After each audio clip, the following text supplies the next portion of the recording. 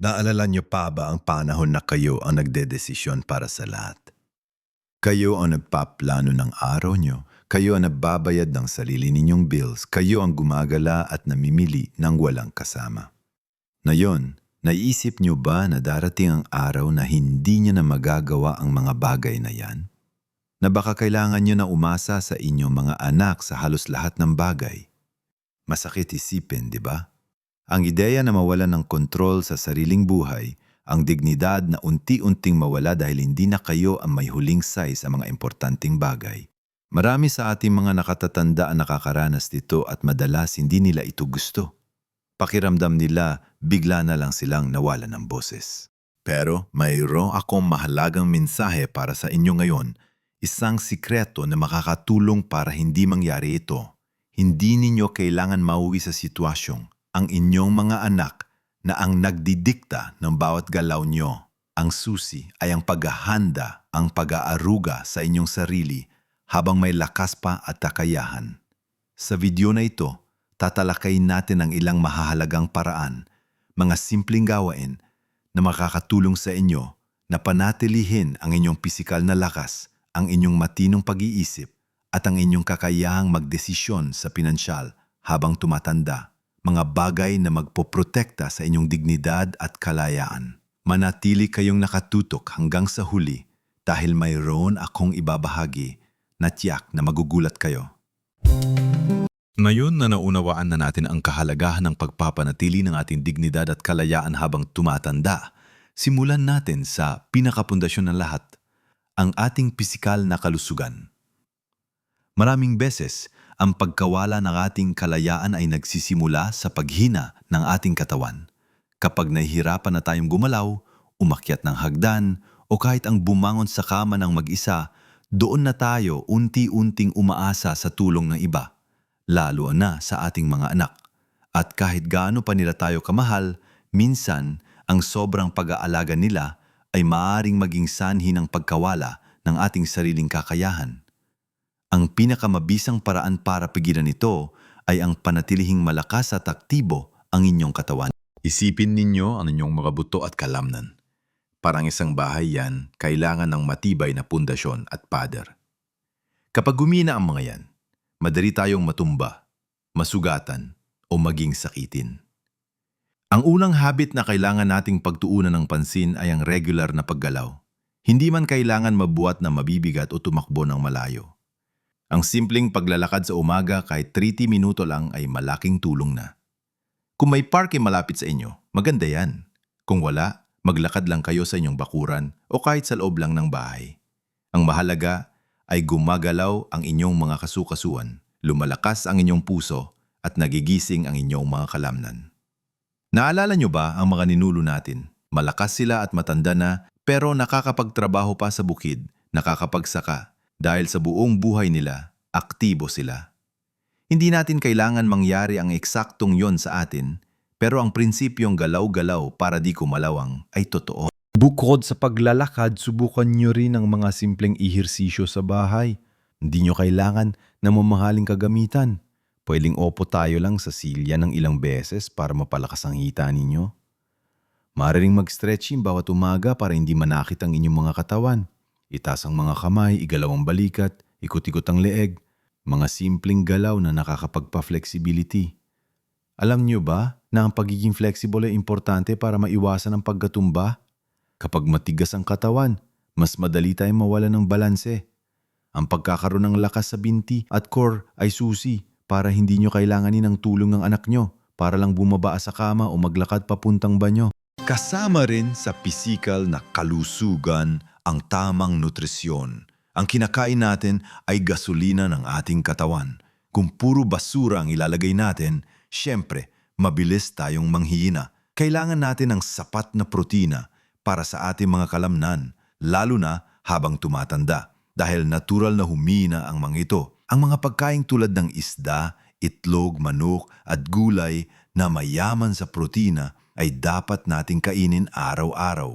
Huwag nating kalimutan ang naggulay tulad ng malunggay, ampalaya o kalabasa na puno ng bitamina at mineral. Ang mga prutas naman tulad ng saging, papaya o mangga ay magbibigay sa atin ng enerhiya at fiber para sa maayos na pagtunaw ng pagkain. Masarap man ang lechon o chicharon, tandaan natin na ang lahat ng sobra ay nakakasama. Kung maaari, mas piliin natin ang mga lutong bahay na hindi gaanang mamantika at hindi masyadong maalat. Para sa ang pag-inom ng sapat na tubig ay isa ring simple pero napakahalagang gawin. Kadalasan, ang mga matatanda ay hindi sapat ang iniinom na tubig na nagiging sanhi ng dehydration. Ang dehydration ay maaaring magdulot ng panghihina, pagkahilo at maging sanhi ng pagkalito na minsan ay napagkakamalan pang ang problema sa isip. Panatilihing may tubig sa tabi nyo sa lahat ng oras at uminom kahit hindi kayo nauuhaw. Isipin nyo, hindi nyo gustong maging pasanin. Gusto nyo maging inspirasyon. At ang pagiging malakas physically ay malaking bahagi niyan. Kapag malakas kayo, masaya kayo at masaya ang pamilya nyo habil nakikita nilang buhay na buhay pa rin kayo. Ngayon, pag-usapan natin ang pagpapanatili ng ating pisikal na lakas, lumipat naman tayo sa isa pang kritikal na aspeto ng kalayaan, ang pagpapanatili ng ating katinuan ng isip. Ang katinuan ng ating isip ay kasing halaga ng lakas ng ating katawan sa pagpapanatili ng ating dignidad at kalayaan. Sino ba naman ang may gustong mawalan ng isip, makalimot o malito sa mga simpleng bagay? Ang pakiramdam na hindi mo na maalala ang pangalan ng apo mo o kung saan mo nilagay ang salamin mo o mas masahol pa, ang hindi mo na maintindihan ang mga pinag-uusapan sa paligid mo ay isang napakalaking pasakit. At kapag nangyari ito, doon na pumapasok ang kaisipan ng ating mga anak na kailangan na nilang kontrolin ang ating buhay para sa ating sariling kaligtasan. Upang hindi mangyari ito, kailangan nating panatilihing aktibo at matalas ang ating utak. Ang isip ay parang kalamnan din kapag hindi ginagamit ng hihina. Kaya naman, ang pangalawang mahalagang habit na kailangan nating yakapin ay ang pagpapanatiling aktibo ng ating utak. Paano? Napakasimple, magbasa kayo araw-araw. Kahit anong basahin nyo, mapadyayo, libro, magasin, o kahit ang mga post sa Facebook na may saysay. Ang pagbabasa ay napapagana sa inyong utak, nagpapayaman ng inyong bokabularyo, at napapanatili ng inyong pagka-curious. Kung may gusto kayong matutunan na bagong skill, subukan ninyo. Pwedeng pagluluto ng bagong recipe, pagtatanim, pag-aaral ng bagong wika, o pagtugtog ng instrumento. Ang pag-aaral ng mga bagong bagay ay nakakapagbabuo ng mga bagong koneksyon sa utak na parang nagtatayo kayo ng mga bagong tulay para sa mas mabilis na pagproseso ng impormasyon. Subukan din ninyo ang mga brain games o palaisipan. Merong mga crossword puzzles sa diaryo, sudoku, o kahit simpleng card games tulad ng solitaire o tongits na nakakapag-isip kayo. Ang pakikipag-usap at pakikisalamuha sa ibang tao ay isa ring napakabisang paraan para panatilihing matalas ang isip. Hindi lang ito nagpapagaan ng loob, kundi nakakapagbigay rin ng bagong impormasyon at perspektibo. Kapag nakikipagkwentuhan tayo, ginagamit natin ang ating memorya, ang ating kakayahang bumuo ng mga ideya at ang ating kakayahang makinig at umintindi. Huwag nating sarilihin ang ating sarili. Bisitahin ang mga kaibigan, makipagkwentuhan sa kapitbahay o sumali sa mga grupo ng mga senior citizens sa inyong barangay. Ang isolation ay hindi lang nakakasama sa ating kalusugan ng isip, kundi nakakapagpabilis din ng cognitive decline. Gusto nating maging malinaw ang ating pag-iisip hanggang sa huli, kaya ingatan natin ito. Ngayon dumakuha naman tayo sa pangatlo at napakahalagang aspeto ng pagpapanatili ng inyong kalayaan, ang inyong pinansyal na dignidad. Ito ang isang area na madalas ay pinakasensitibo. Walang may gustong mawalan ng kontrol sa sarili niyang pera, ang perang pinaghirapan niya buong buhay. Ang ideya na ang inyong mga anak na ang hahawak ng lahat ng pera ninyo at sila ang magdedesisyon kung anong gagawin sa inyong ipon ay isang bangungot para sa marami. upang hindi kayo mauwi sa ganitong sitwasyon. Napakahalaga na manatili kayong maalam at may kontrol sa inyong pinansyal na estado. Ang unang hakbang ay ang pagiging pamilyar sa inyong sariling pera. Alam niyo ba kung magkano ang inyong naiipon? Nasaan nakalagay ang mga bank account ninyo? Ano-ano ang inyong mga investments kung mayroon man? Importanteng alam niyo ang lahat ng ito.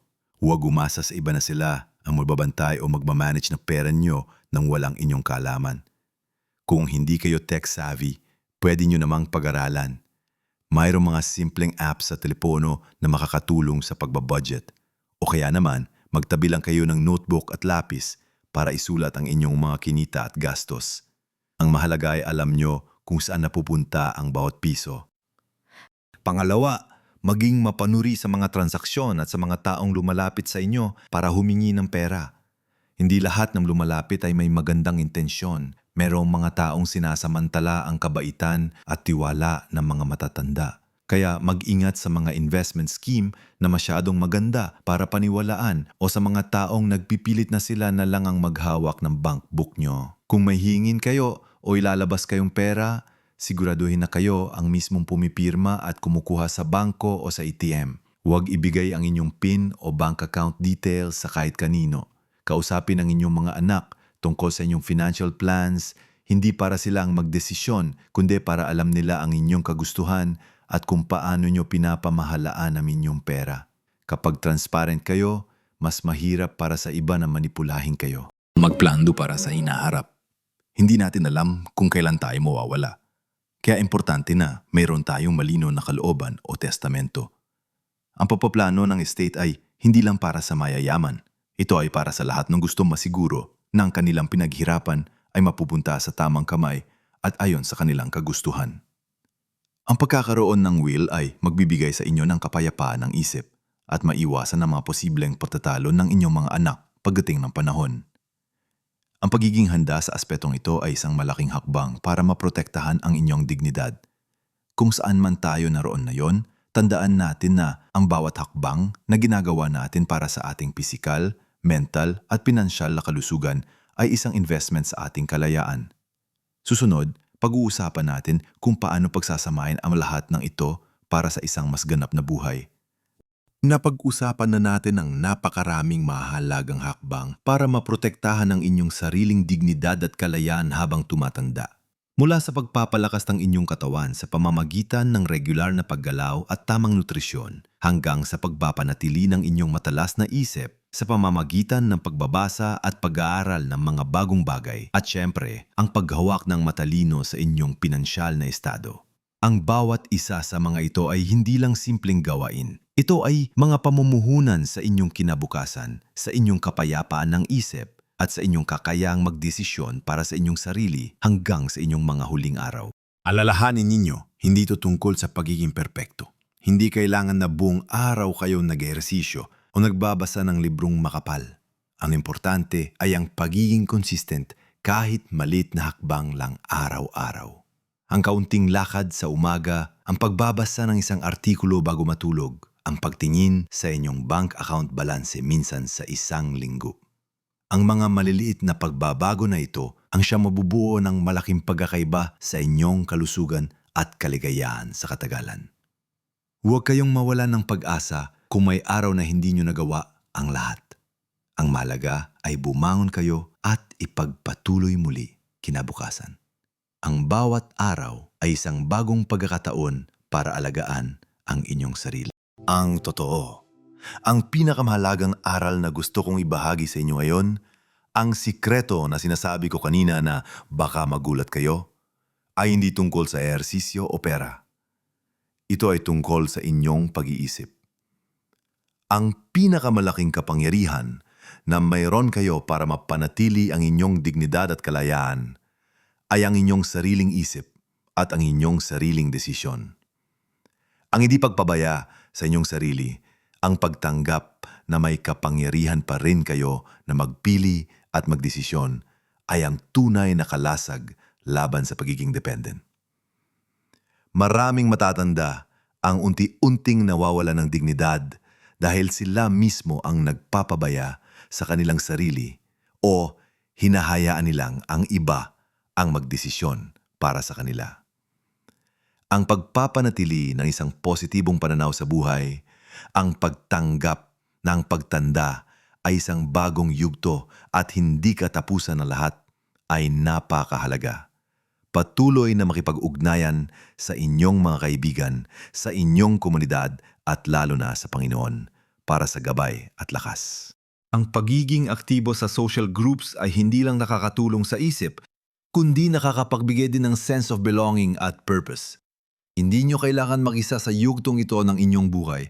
Tama bilang Ang huling punto na may kaugnayan sa lahat ng ating pinag-usapan ay ang kakayahang makipag-ugnayan sa inyong mga anak ng bukas at tapat. Mahalaga na ipaalam ninyo sa kanila ang inyong mga kagustuhan, ang inyong mga plano at ang inyong pagnanais na manatiling malaya at may dignidad. Hindi ibig sabihin nito ay tatanggihan ninyo ang kanilang tulong at pagmamahal. Sa halip, nangangahulugan ito na kayo ang nangungguna sa inyong buhay at ang tulong nila ay isang suporta, hindi isang kapalit ng inyong pagdedesisyon. Magkaroon kayo ng mga malinaw na usapan tungkol sa inyong kalusugan, sa inyong pinansyal na kalagayan at sa inyong mga kagustuhan para sa inaharap. Kapag malinaw ang lahat, mas madali para sa kanila na igalang ang inyong mga hangarin at mas madali para sa inyo na mapanatili ang inyong sariling pagkatao. gusto kong marinig ang inyong mga salubin tungkol sa paksang ito. Meron ba kayong mga naranasan na ganyan? Ano ang inyong mga paraan para mapanatili ang inyong kalayaan habang tumatanda? Ibahagi ang inyong mga kwento at payo sa comment section sa bibaba. Ang inyong mga karanasan ay malaking tulong sa ibang nanonood. Kung nagustuhan ninyo ang video na ito at nakita ninyong makakatulong ito, paki-like naman po at huwag kalimutang mag-subscribe sa channel na ito para sa mas marami pang mga payo at inspirasyon na makakatulong sa inyo na mabuhay ng buo at masaya sa bawat yugto ng inyong buhay. Tandaan, hindi natin kailangan hayaan na ang pagtanda ang maging katapusan ng ating kalayaan. Sa halip, gawin natin itong simula ng isang panibagong yugto ng dignidad at malayang pamumuhay. Mabuhay kayo at patuloy nating isabuhay ang pinakamahusay na bersyon ng ating sarili sa bawat edad.